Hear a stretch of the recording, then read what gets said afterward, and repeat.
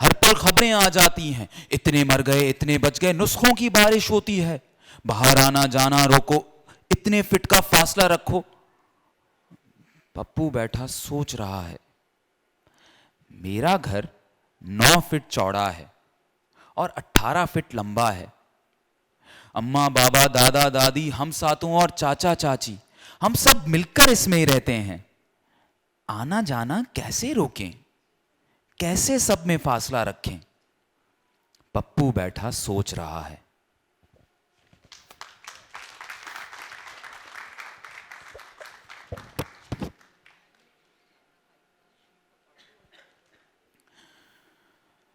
Joseph مسیح کی زندگی کا ایک دن. محمد عاطف علیم.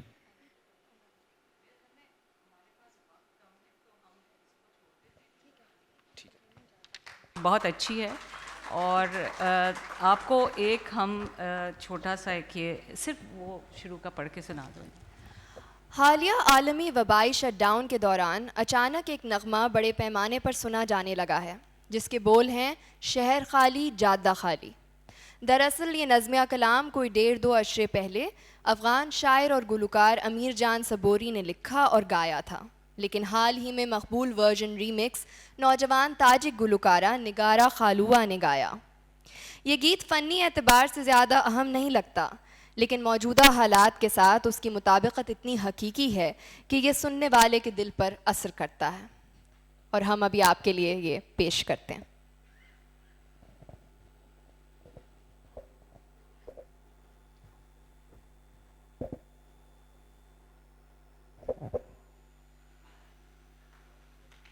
خالی کوچه خالی خانه خالی جام خالی سفره خالی ساغر و پیمانه خالی کوچ کرده دست دست آشنایان اندلی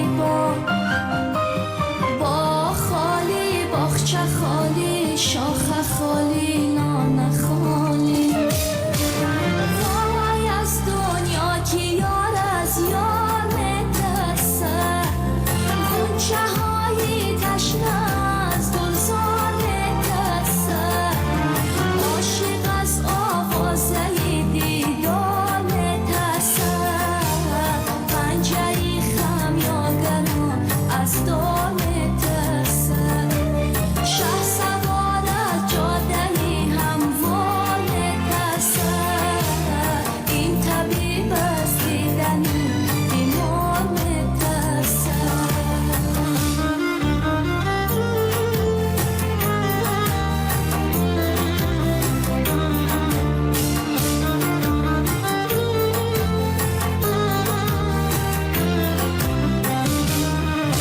ساعتها بشکست و درد شاعران اصد گذشت سالهای انتظاری بر من و تو برگذشت آشنا ناآشنا شد تا ولی گفتم بلا شد گریه کردم ناله کردم حلقه بر حلقه زدم سنگی کلبه‌ای ویرانه را بر سر زدم آب از آبی نجامید خفته در خوابی نجامید شهر خالی جاده خالی کوچه خالی خانه خالی جام خالی سفره خالی ساغر و پیمانه خالی وای از دنیا که یار از یار مترسه غنچه های تشنه از گلزار مترسه عاشق از آوازه دیدار مترسه پنجه‌ای خمیازگران از دار مترسه شهسوار از جاده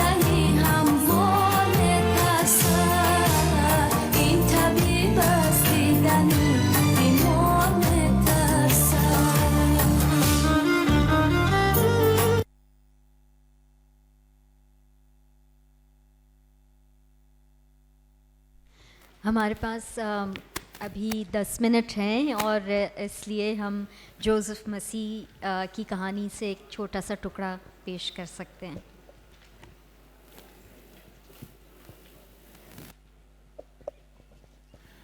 جوزف مسیح کی زندگی کا ایک دن. محمد عاطف علیم. محمد عاطف علیم کے اس افسانے میں کرونا کے دنوں میں ایک غریب محمد عاطف علیم کے اس افسانے میں کرونا کے دنوں میں ایک غریب سویپر کی افتاد بیان کی گئی ہے جو زندگی بھر کی جد و جہد کے بعد اپنی انگلیوں کی لکیریں تک گوا چکا ہے. یہ کردار علامت بھی ہے کہ پاکستان میں طبقاتی اور مذہبی لحاظ سے حاشیے پر رہنے والے لوگ اپنی شناخت سے بھی محروم کیے جا رہے ہیں.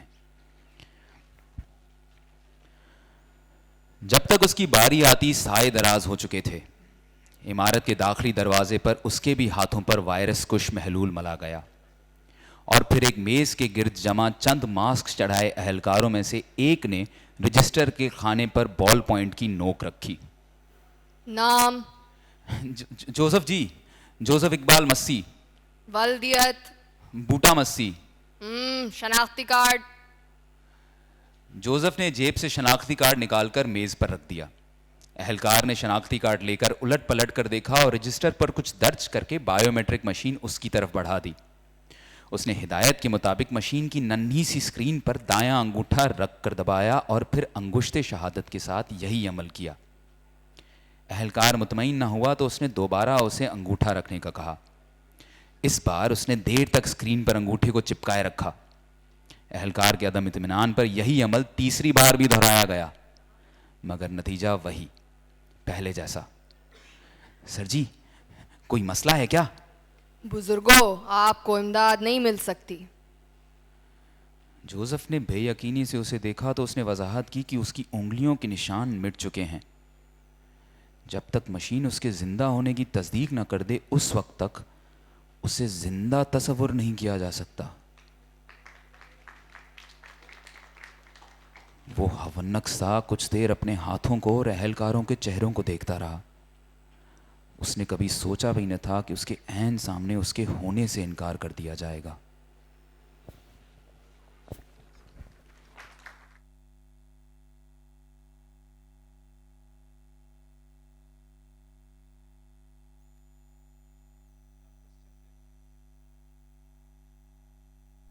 So, thank you very much, Yogeshwar and Rana.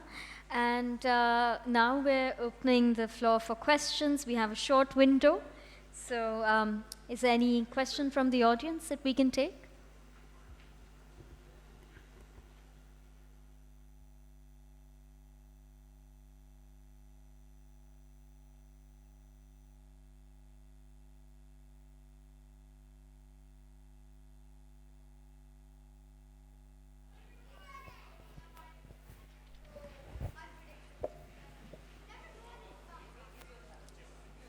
I wonder why coronavirus is so unpredictable. You never know when it's happening, honestly. So, like, people are dying, people are deprived of road trips, and they're also deprived of happiness in a case in which you're technically, sick. So you've got to take lots of medicines, but now you understand. No one's happy in coronavirus. But the question I'm asking you is why is it so unpredictable? Like, how can you tell when coronavirus is happening to you or not? Like, do you read the symptoms or imagine it?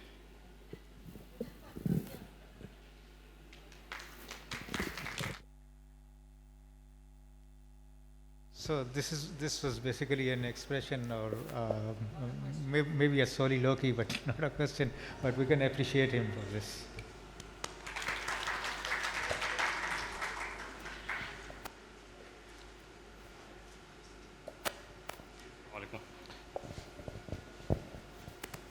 کون ہے جی کتاب واقعی ہم نے اس کے بارے میں سنا. یہ اس کرب کو درشان کرتی ہے جو کرونا کے دنوں میں تھا. افسانہ بھی جوزف مسیح مجھے کافی انٹرسٹنگ لگا. بعد میں بچوں نے کچھ تھوڑا سا پڑھ کے بھی سنایا.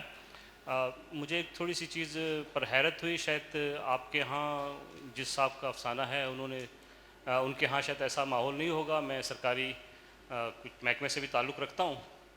تو ہمارے ہاں تو سختی سے ایک آرڈر کیے گئے تھے کہ آپ جو ہے نا یہ تھم جو اٹینڈنس تھی وہ بالکل سختی سے بند کر دی جائے.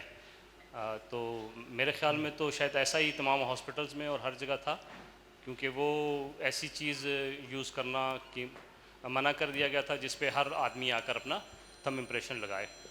تو یہ جو تھا بائیو میٹرک سسٹم اٹینڈنس کا, یہ تو بڑی سختی سے منع کرایا گیا تھا, آفیشلی اس کے آرڈرز ہوئے تھے اور اس پر بڑی سختی تھی. میں ایز اے سرکاری آفیسر اس کا وٹنس ہوں, تو مجھے تھوڑی سی حیرت ہوئی. باقی تو الحمدللہ آپ کا پروگرام بھی بہت اچھا ہے اور یہ چیزیں بھی بڑی اچھی ہیں.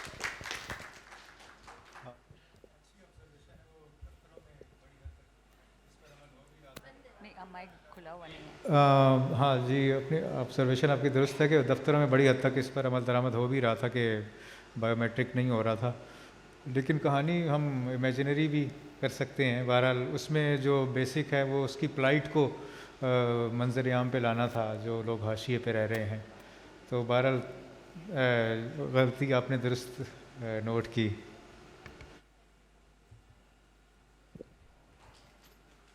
Are there any other questions from the floor? Yes, we have a question here.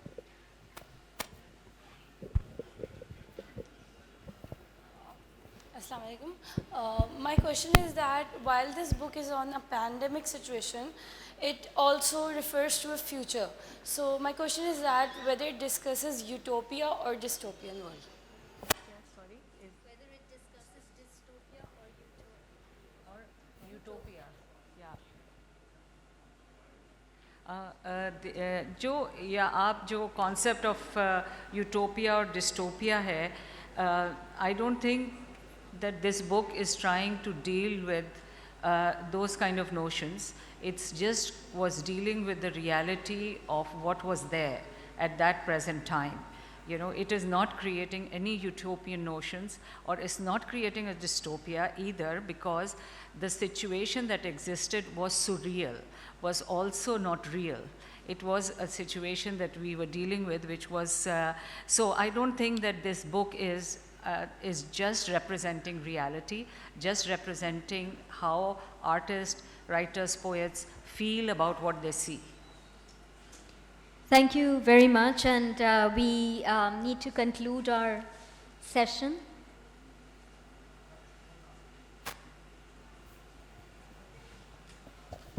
Hello, my name is Nasir. I just wanted, there's a comment as well as a question in there. کہ ہم جو humans ہیں we always come under brotherhood اور sisterhood in a crisis. Like the pandemic crisis was universal and it was taken as this brotherhoodly ہم نے ایک دوسرے کی ہیلپ کی. اور اب جب we have got out of it, we have become the similar human being. We are somewhat belligerent and cruel to each other. جس طرح کہیں بھی کرائسس ہوتا ہے تو we always have a human heart, and when we are out of it we are not as when we are in crisis. So this is the analysis. Can you just address that? اصل میں جو literature ہوتا ہے وہ پیتھوس create کرتا ہے.